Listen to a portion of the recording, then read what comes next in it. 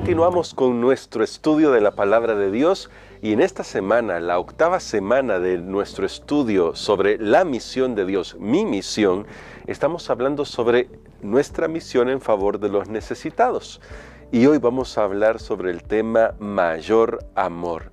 ¿Le recuerda algo esta frase, mayor amor? Bueno, espero que sí, porque es un desafío tremendo para nosotros. Vamos a orar y vamos a pedirle al Señor que nos ayude a descubrir qué es lo que Él espera de nosotros.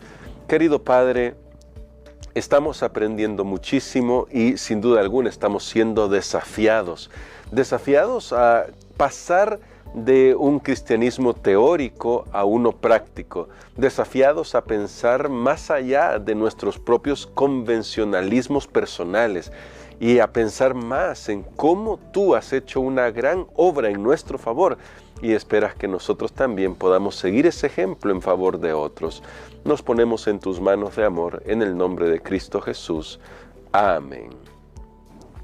Durante estos días que hemos estado estudiando la Palabra de Dios, nos damos cuenta que la misión no es tanto un asunto de teoría, es decir, claramente tenemos que aprender las doctrinas de la Biblia, pero la misión es un asunto más de carácter.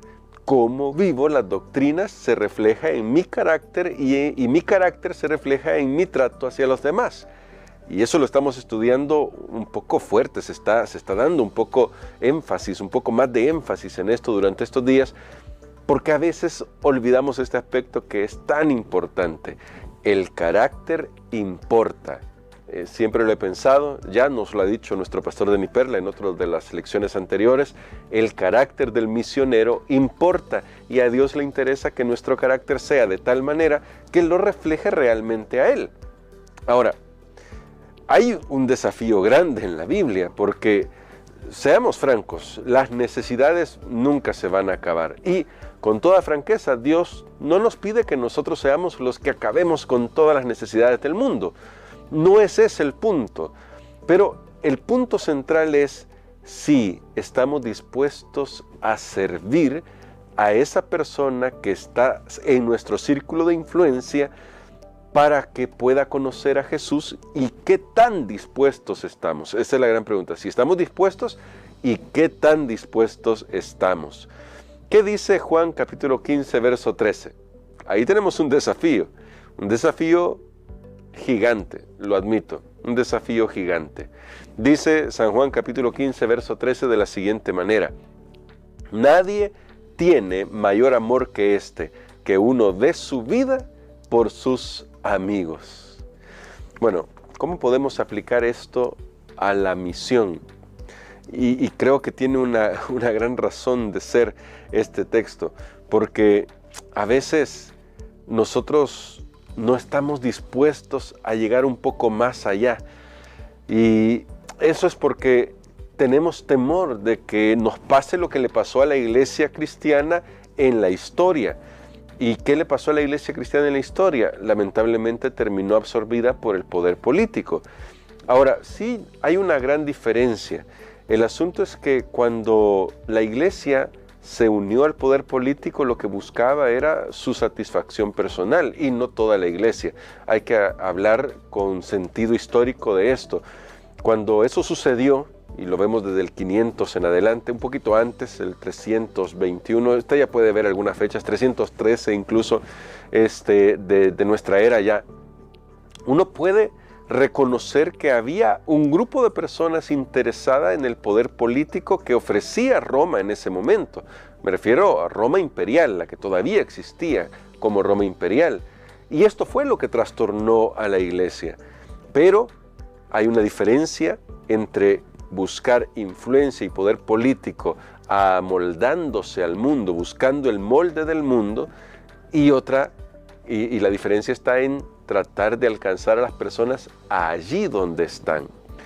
Sacrificarse a ese punto mientras se conservan los principios, porque quizá aquí a veces es donde entra el problema, que a veces pensamos que de lo que se trata es de sacrificar principios, y no, nada más lejos de la verdad. Tenemos que mantener los principios, pero tenemos que estar dispuestos a ir donde están las personas. Analicemos el ejemplo de Jesús en este aspecto. Él dice, nadie tiene mayor amor que este, que uno ponga su vida por sus amigos. Y cuando Jesús dice sus amigos, lo dice incluso por aquel que está a punto de traicionarlo, porque Él va a poner su vida en favor de aquellos que lo van a abandonar, de aquellos que lo van a negar, de aquellos que lo traicionan abiertamente. Pone su vida en favor de ellos, los llama sus amigos, porque en el carácter de Jesús estaba el servir y el amar a pesar de todo. Y está dispuesto a llegar hasta las últimas consecuencias, tanto que se encarnó. Ahora mira, mi hermano, mi hermana, no estamos queriendo entrar en polémicas con este punto, pero ¿qué pasaría si Jesús no se hubiera encarnado? ¿Qué pasaría con usted y conmigo si Jesús no hubiera decidido ponerse este cuerpo, es decir, tomar, asumir el cuerpo humano y vivir cerca de nosotros, tan cerca que tuvo que rebajarse? Él, que es el Rey de Gloria, se rebajó hasta lo sumo con tal de salvarnos. Ahora, si esto no es una muestra de hasta dónde espera Dios que nosotros lleguemos para ayudar a otros, no sé qué sea. Porque curiosamente ahí hacemos la diferencia y decimos, pero es que Él era Jesús, claro, pero Él estuvo expuesto. Ahora, ¿cuál era el asunto? ¿Qué es lo que nos enseña la vida de Jesús? Que una dependencia absoluta de Dios va a permitir que podamos llegar hasta donde están las personas sin permitir que eso contamine el templo del alma. ¿Qué quiero decir con esto? Quiero decir que tal vez debemos acercarnos más a ese grupo de personas a las que se acercó Jesús. Borrachos, prostitutas. No quiere decir que usted va a participar de lo que están haciendo. O tal vez, y voy a ir un paso más allá porque ahora tal vez sea un poco más fácil para algunos pensar que el borracho tiene alguna oportunidad. Pero ¿qué tal con aquel que ha sido engañado por Satanás para creer en la ideología de género que ahora está tan en boga en el mundo? Bueno, Dios también tiene misericordia de él. No quiere decir que vamos a participar de esas ideas que tienen, pero sí que les podemos presentar el amor de Jesús para que reconozcan lo que Jesús quiere hacer con ellos, que estamos haciendo en favor de los necesitados. Ahí hay una prueba de alguien necesitado. Satanás ha engañado a este mundo. Ahora, ¿cómo es que vamos a ir a esas personas? Necesitamos el poder del Espíritu Santo. Y tal como Jesús necesitamos orar, consagrarnos a Dios para poder llegar hasta donde están ellos. No los vamos a alcanzar desde un púlpito, esa es la verdad. No los vamos a alcanzar desde una campaña evangelística quizá. Algunos piensan que porque dan sus discursos y son polémicos en sus discursos, así van a lograr hacer que la gente se convierta. Nada más lejos que la verdad. Nada más lejos de la verdad que eso. La verdad es que la gente necesita ver a Jesús en nuestras vidas, en nuestras actitudes, en nuestras acciones, en nuestro amor por ellos. Ahora, necesitamos empezar a ser amigos de verdad, para bendecir a otros, para realmente bendecirlos, porque aunque es difícil entablar amistades, eso es una realidad para algunos más que para otros es mucho más fácil hacer amigos, a algunos nos cuesta un poco más. La realidad es que este es el método de Cristo, realmente interesarnos por otros al punto de que estemos dispuestos a sacrificarnos. Esto siempre va a ser difícil, especialmente para los corazones tan manchados por el pecado que tenemos y especialmente en una sociedad como la que nosotros vivimos, una sociedad concentrada en el yo, una sociedad concentrada en el individualismo y que curiosamente ha permeado nuestra iglesia, pero nadie dice nada de eso, ¿verdad? Nos preocupa la vestimenta del otro, nos preocupa la música que escucha, nos preocupa, pero no nos preocupa el individualismo que estamos viviendo. Y muchas veces ese individualismo es justamente el que no nos permite servir y ayudar a aquel que está en necesidad y que podríamos alcanzar si tan solo nos bajáramos de nuestra torre de marfil y nos acercáramos a las personas con las que podemos convivir y a las que necesitamos ayudar a conocer a Jesús. No lo sé. Al final, la verdad es que nuestra meta debe ser siempre llevar a las personas a Jesús, pero quizás estamos tan concentrados en querer que la gente sea como yo soy, que nos olvidamos que la gente debe parecerse a Jesús. Y la mejor manera en que la gente se va a parecer a Jesús es cuando me mire a mí y lo vea a usted que se parece a Jesús. ¿Cómo era Jesús? ¿Qué haría Jesús? Cuando se da un conflicto entre personas, ¿cómo lo resolvería Jesús? ¿Qué haría? Eso es lo que debemos preguntarnos. A veces se ha dicho mucho sobre esto, ¿verdad? Siempre hay que preguntarnos qué haría Jesús en esta situación, pero a la hora de la verdad ponemos en práctica esa pregunta. Nos lo preguntamos para servir a otro, para servir al necesitado. ¿Qué sacrificios estamos dispuestos a hacer? No sacrificios de principios, no estamos hablando de eso, pero sí sacrificios al nivel de lo que Jesús hizo en nuestro favor, que se humilló a sí mismo y llegó hasta la cruz, dice Pablo en Filipenses capítulo 2. A ese nivel estamos hablando. Ahora, esta semana tenemos un desafío, y el desafío es informarnos sobre las personas que necesitan nuestra ayuda, para saber cómo podemos servirles.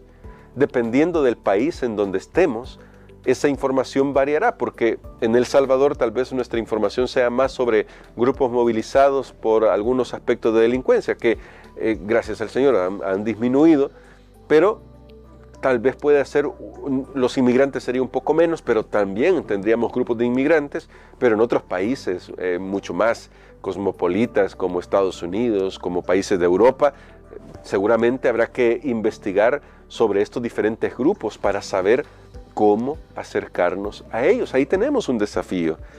Y si queremos ser un poco más específicos en nuestro desafío, busquemos a alguien dentro de nuestro círculo de influencia que necesite que nosotros oremos regularmente y con intención por esa persona.